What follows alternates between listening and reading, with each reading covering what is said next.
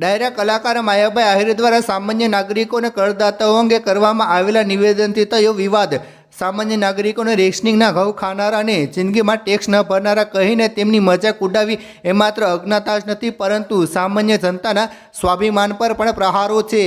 મિત્રો, સુરતમાં થોડા દિવસ પહેલા યોજાયેલા કાર્યક્રમે હવે સામાજિક અને રાજકીય વિવાદનું સ્વરૂપ ધારણ કરી લીધું છે। હાલમાં જે પોલીસ ઇન્સ્પેક્ટર તરીકે બઢતી મેળવીને નિવૃત્ત થનાર અધિકારીના વિદાય સમારોહ નિમિત્તે એક ભવ્ય લોક ડાયરાનું આયોજન કરવામાં આવ્યું હતું। આ કાર્યક્રમમાં સુરત પોલીસ પરિવારના સભ્યો મોટી સંખ્યામાં ઉપસ્થિત રહ્યા હતા। મંચ પર લોક સાહિત્યકાર માયાભાઈ આહિર, લોકગાયક કીર્તિદાન ગઢવી અને લોકગાયિકા મૈથિલી ઠાકુર જેવા નામાંકિત કલાકારો હાજર રહ્યા હતા।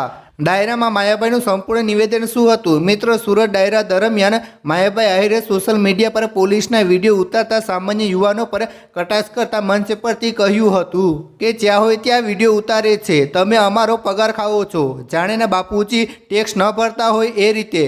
આવી જ રીતે આજે ત્યાં દેવા જાય છે ને તમે અહીંયા અમારા ટેક્સ ઉપર પગાર લ્યો છો। એ રેશનિંગના ઘઉં ખાતા હોય એ બધા, અને એણે જિંદગીમાં ક્યારેય ટેક્સ ન ભર્યો હોય। સાહેબ, આ નિવેદનનો વિડીયો સોશિયલ મીડિયા પર વાયરલ થતાં જ સામાન્ય જનતામાં આક્રોશ ફેલાયો હતો। ડાયરા દરમિયાન પોતાના નિવેદનમાં માયાભાઈ આહિર કદાચ માત્ર ઇન્કમ ટેક્સને જ ટેક્સ ગણાવવાની ભૂલ કરી બેઠા છે, પરંતુ વાસ્તવિકતા એ છે કે દેશનો દરેક નાગરિક, ભલે તે ગરીબ હોય કે અમીર, તે સવારથી સાંજ સુધી સરકારને ટેક્સ ચૂકવે છે, જેને જીએસટી અથવા ઇનડાયરેક્ટ ટેક્સ કહેવામાં આવે છે। મીઠું, સાબુ કે દિવાસળી ખરીદનારા પણ કરદાતા છે। એક મજૂર જ્યારે પોતાના બાળક માટે પાર્લેજી બિસ્કીટનું પેકેટ, તેલનું પાઉચ, સાબુ, ચપ્પલ કે દવા ખરીદે છે ત્યારે તે તેના પર સરકારને ટેક્સ ચૂકવે છે।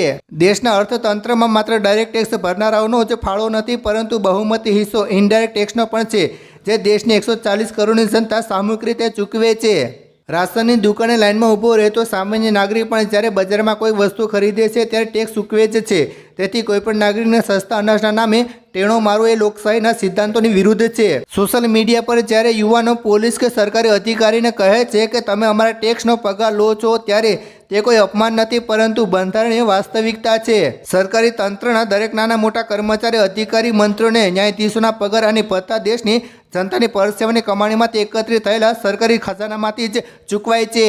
જનતા માલિક છે અને સરકાર તંત્ર સેવક છે। માલિક જ્યારે પોતાના સેવકને સવાલ પૂછે છે અથવા જવાબદારી યાદ અપાવે છે ત્યારે તેને બાપુજીનો ટેક્સ કહીને મજાક ઉડાવી દેવામાં આવે છે।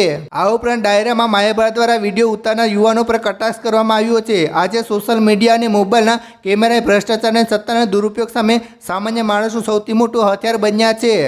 જો કોઈ સરકારી કર્મચારી ફરજ દરમિયાન લાંચ લેતો હોય કે સામાન્ય જનતા સાથે ગેરવર્તન કરતો હોય કે કાયદાનું ઉલ્લંઘન કરતો હોય તો તેનો વિડીયો ઉતારવો એ કોઈ ગુનો નથી, પરંતુ જાગૃત નાગરિકતાની નિશાની છે। પારદર્શિતાથી એ જ ડરે છે જેને કંઈ છુપાવવાનું હોય। ઈમાનદાર અધિકારીઓને ક્યારેય જનતાના કેમેરાથી ડર લાગતો નથી। માયાભાઈ આહિરનું આ નિવેદન આર્થિક ગેરસમજ અને અહંકારથી પ્રેરિત દેખાય છે।